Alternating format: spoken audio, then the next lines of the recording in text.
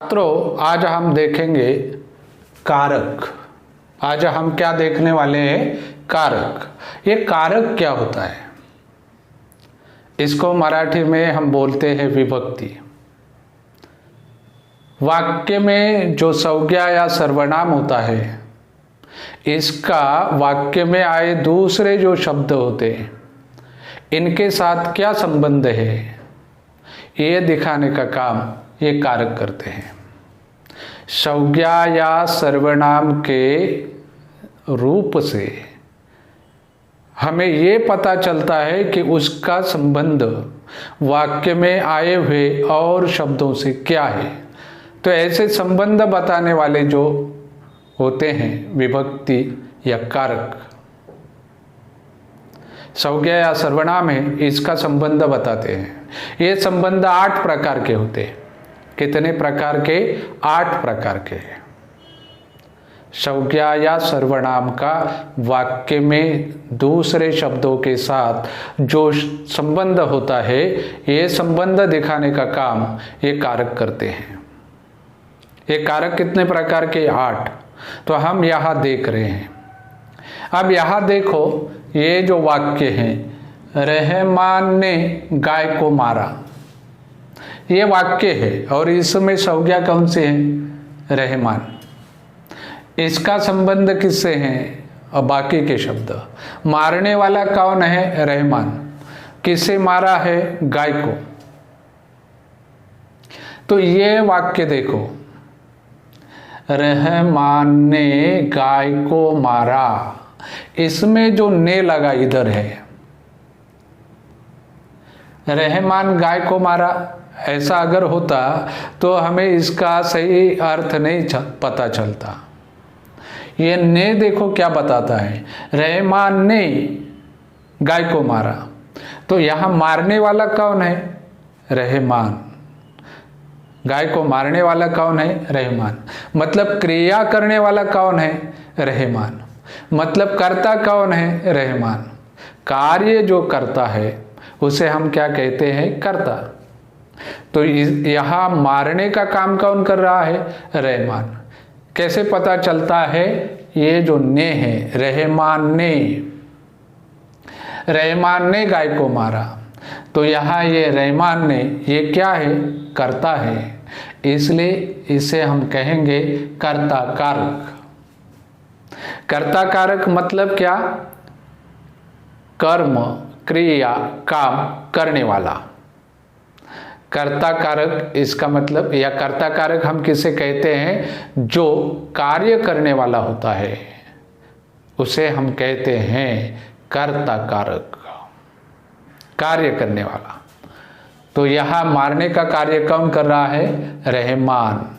तो रहमान ने गाय को मारा, तो रहमान ने, ये है कर्ता कारक। समझ में आ गया? वाक्य में जो क्रिया होती है, यह क्रिया करने वाला जो होता है उसे कहते हैं कर्ता कारक। और ये कारक ने बताया, ने कहा रहमान ने गाय को मारा। यहां देखो, अब तख्त को उधर मोड़ते,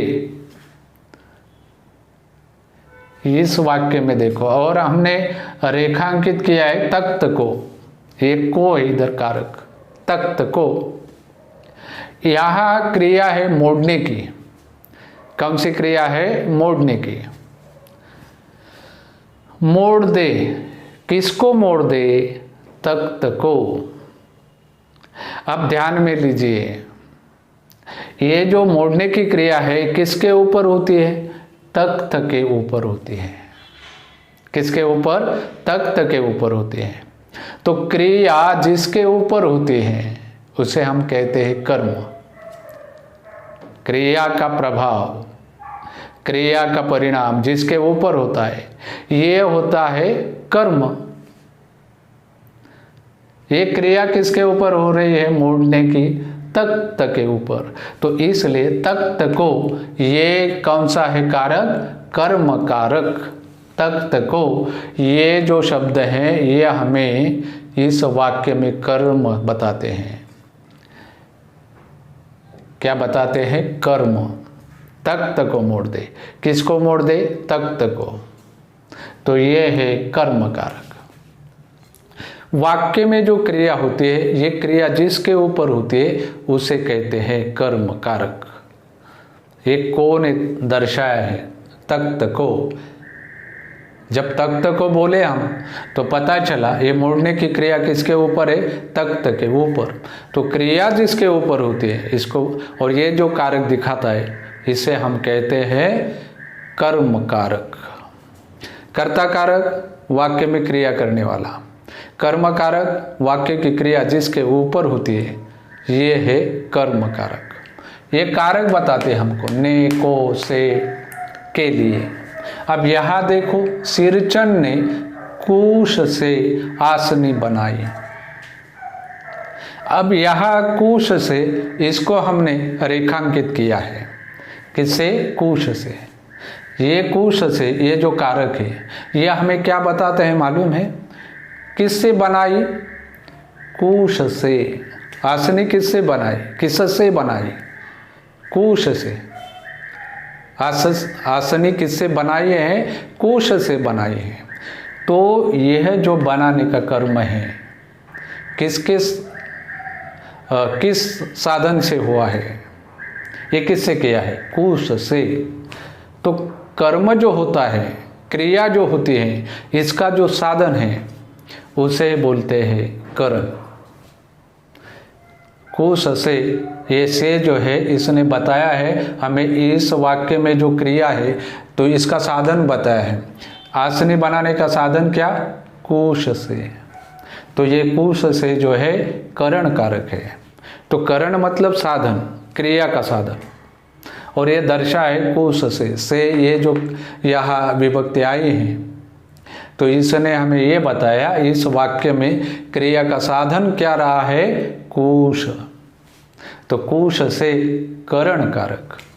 कर्ता कारक मतलब क्रिया करने वाला, कर्म कारक क्रिया जिसके ऊपर होती है वह, करण कारक क्रिया जिस से होती है, क्रिया का जो साधन होता है, ये हो गया करण कारक। अब यहाँ देखो, करामत गाय के लिए सानी तैयार करने लगा। अब ये सानी तैयार करने की क्रिया है, किसके लिए है, गाय के लिए। तो इसमें जो क्रिया है, जिसके लिए क्रिया होती है उसे बोलते हैं संप्रदान कारक। क्रिया किसके लिए, गाय के लिए। क्रिया किसके लिए है, गाय के लिए। तो ये हो गया संप्रदान कारक।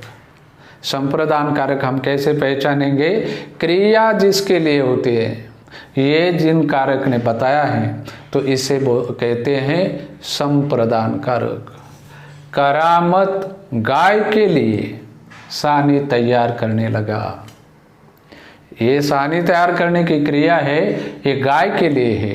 तो गाय के लिए ये है संप्रदान कारक। हम देख रहे हैं कारक, कारक कैसे पहचाने जाते हैं ये हम यहाँ देख रहे हैं।